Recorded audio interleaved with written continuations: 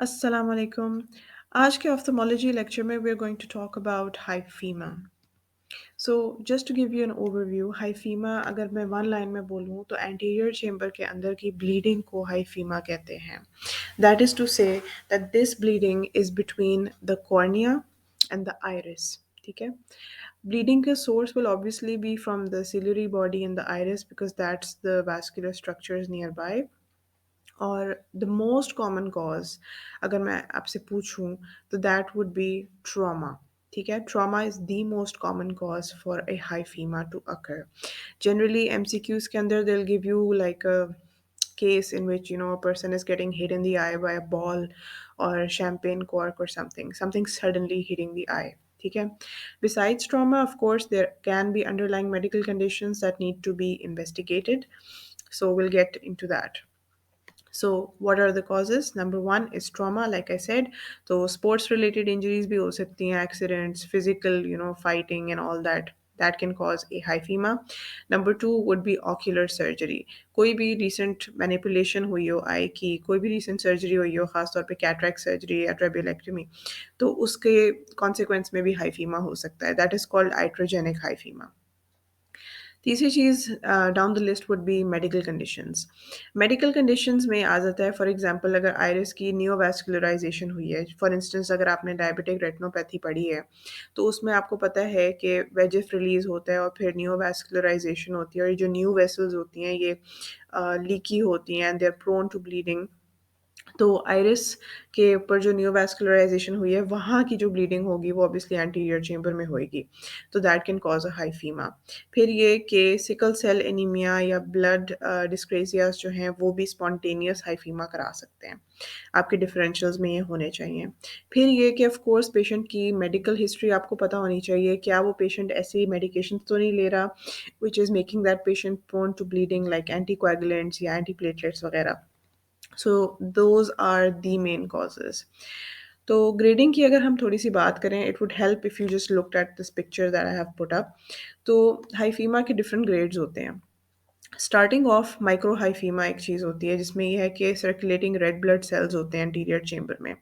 ये as such visible उस तरह से नहीं होता, माइक्रो लेवल पे होता है। फिर ये कि विजिबली जो ग्रेडिंग होती है उसमें ग्रेड 1, 2, 3 और 4 है। ग्रेड 1 के अंदर 1/3 ऑफ एंटीरियर चेंबर या उससे कम, वहाँ पे ब्लीडिंग होगी। ग्रेड 2 में 1/3 से हाफ के दरमियान एंटीरियर चेंबर का वॉल्यूम ऑक्यूपाई होगा। Number 3 would be grade 3 would be more than half but less than full, right? And grade 4 would obviously be like maximum, पूरा का पूरा एंटीरियर चेंबर जो है वो फिल्ड अप है with blood. It is also called 8 ball hyphema. So that usually happens with severe trauma. तो बहुत वाज़ेह और बहुत लार्ज किस्म का हाइफीमा तो आपको एक पेन लाइट एग्जामिनेशन पे भी आपको पिकअप हो जाएगा, लेकिन जनरली उसको बहुत ही हम बारीकी से स्लिट लैम्प पे प्रॉपरली देखते हैं। तो हाइट उसका नोट करना ज़रूरी है, कलर हाइफीमा का नोट करना ज़रूरी है। हाइट को हम किस तरह मेजर करते हैं, जो इंफीरियर कॉर्नियल लिम्बस है वहाँ से मिलीमीटर्स में हम उसको मेजर करते हैं, और colour varies from red to black depending के कितना टाइम गुजर गया है हाइफीमा को बने। और ब्लड जो कि ज़्यादा देर रह चुका है और क्लॉट कर चुका है तो वो ब्लैकिश होगा। And also it's very very important that you should know कि आपके पेशेंट का इंट्राओक्युलर प्रेशर क्या है, क्योंकि वो बहुत ज़्यादा मैनेजमेंट को डिक्टेट करेगा। तो पेशेंट के सिम्पटम्स क्या होंगे? एक तो बड़ा ऑब्वियस है कि पेशेंट को नज़र आ रहा है, हो सकता है नहीं भी हो सकता, लेकिन जब सिग्निफिकेंट होता है तो नज़र भी आ जाता है। फिर ये कि अगर आपकी विजुअल एक्सिस के ऊपर ये हाइफीमा आ रहा है तो विज़न, आपकी विजुअल एक्विटी कम हो सकती है, ब्लरी विज़न हो सकती है। फिर ये कि there will be sensitivity to light, photophobia हो सकता है, आई पेन या डिस्कम्फर्ट भी हो सकता है। हिस्ट्री टेकिंग में there are some important points you have to cover, जैसे कि मैंने कहा कि ट्रॉमा की हिस्ट्री यूजुअली पेशेंट खुद ही देगा।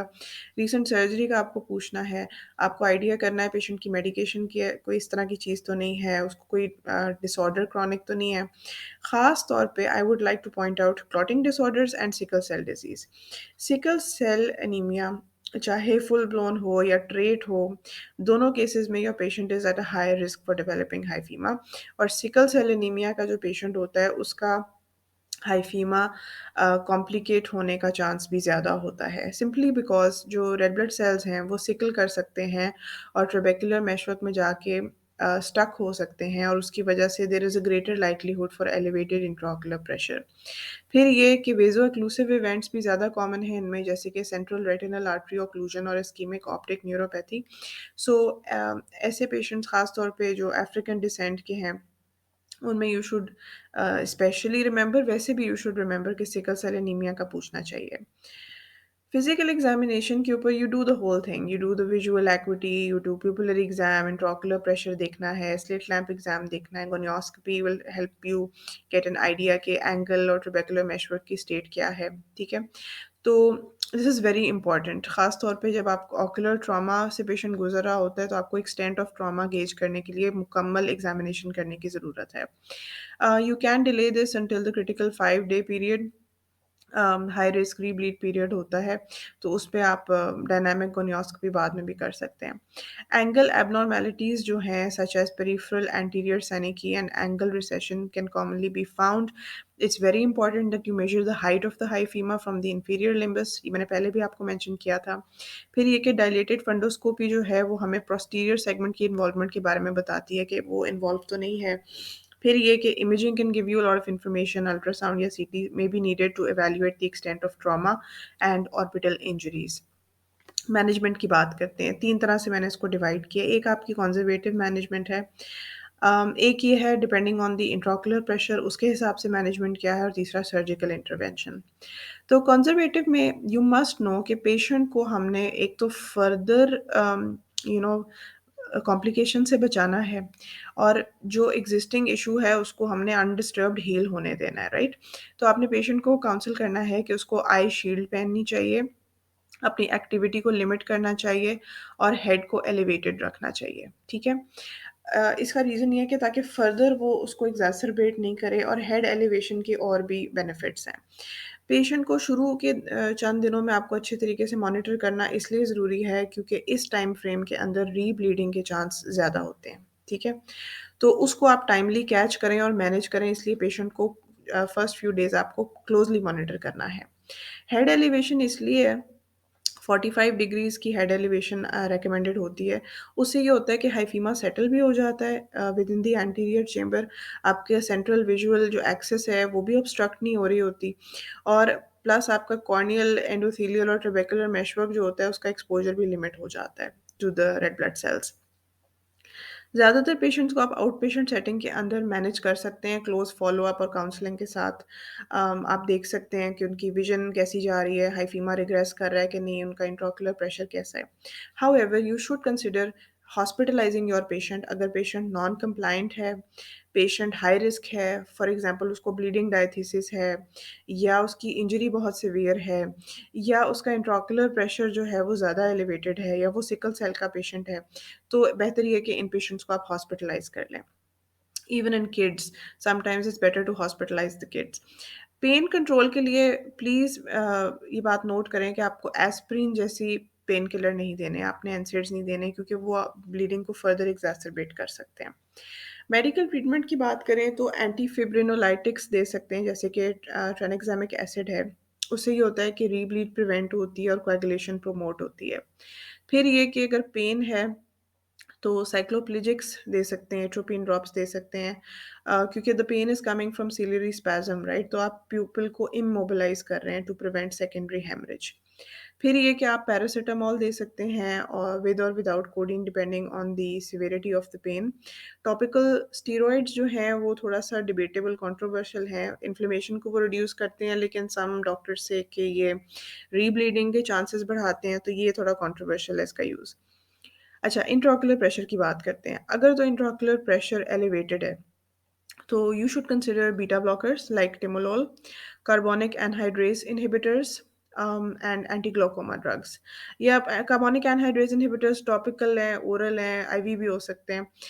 एंटी ग्लोकोमा ड्रग्स के बारे में जस्ट रिमेंबर कि प्रोस्टाग्लैंडिन एनालॉग्स जो होते हैं वो जनरली हाइफीमा मैनेजमेंट में रिकमेंडेड नहीं होते, क्योंकि वो इन्फ्लेमेशन को इंक्रीज करते हैं, लेकिन some doctors can use them in severe cases associated with, you know, hyphema associated with glaucoma। Systemic carbonic anhydrase inhibitors जो हैं, they are hyperosmotic agents with that, and topical management जो है अगर fail हो जाए तो आप उसको प्रेशर कंट्रोल करने के लिए सिस्टेमिकली दे सकते हैं। सर्जिकल ट्रीटमेंट जो है वो तब होता है जब अनकंट्रोल्ड आईओपी हो, आपने मेडिकल मैनेजमेंट आपकी फेल हो गई हो और कॉर्नियल ब्लड स्टेनिंग हो गई है और हाइफीमा परसिस्ट करी जा रहा है, लार्ज है, तो it's better to do paracentesis of the anterior chamber, जिसमें आप बेसिकली वॉश आउट करते हो ब्लड को, ठीक है, आप एंटीरियर चेंबर को वॉश आउट करते हैं। दूसरा ट्रेबेकुलेक्टमी है, उसमें you drain the blood and control the IOP. So what are the high yield exam points? You should be very clear कि strict rest is very important for your patient. अगर आपने मज़ीद मामला बिगाड़ना नहीं है और आपने रीब्लीड को प्रिवेंट करना है।